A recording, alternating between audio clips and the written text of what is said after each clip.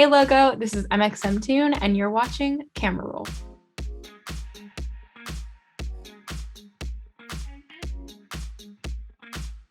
I'm a pandemic pet owner, and this photo is from the very first day that I brought my cat, Cranky, home with me. You can tell why we named her Cranky because very evidently she did not look excited to be there with me. Now she's very affectionate. She does not shut up when she wants to have her meals, and I think I'm probably the same.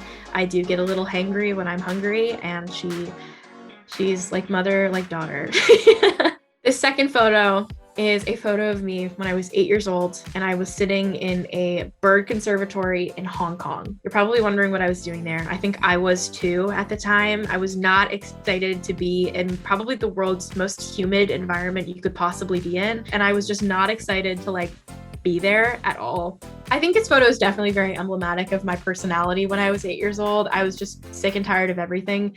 This third photo is a behind the scenes shot from a recent campaign that I was on for a clothing company. The set that we were on was this massive mansion in LA. And so they had a tennis court, a pool, a pickleball court. There was everything there, including a rope swing. Naturally, in my curious 21-year-old mind, I wanted to swing on the rope swing. And so a couple of the PAs were helping me get some massive air on the swing so I could keep going back and forth. And in the background, we were listening to Dancing Queen by ABBA. So it was an entire vibe and it was a lot of fun. However, it ended up chafing my thighs and my hands because the rope was so weathered from not being used and just sitting outside for so many years that it had basically splinters all over it. So it's not as glamorous as I thought it was going to be going into it.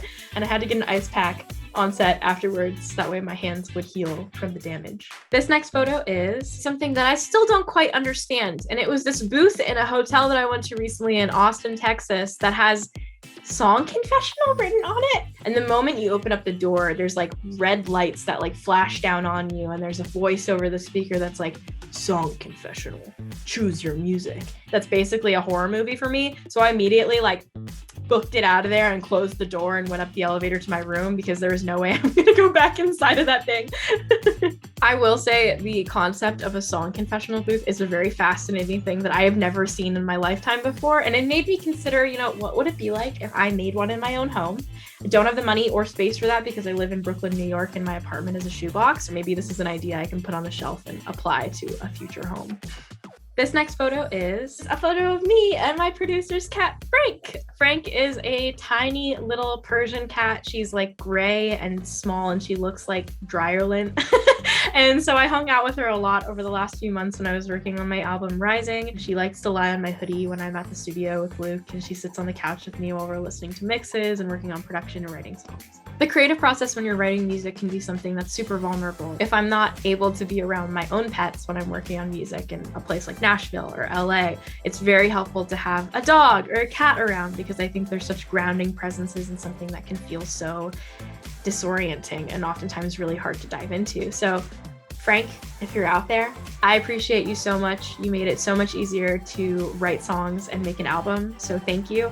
And also, I guess, thanks Luke for producing the entire thing.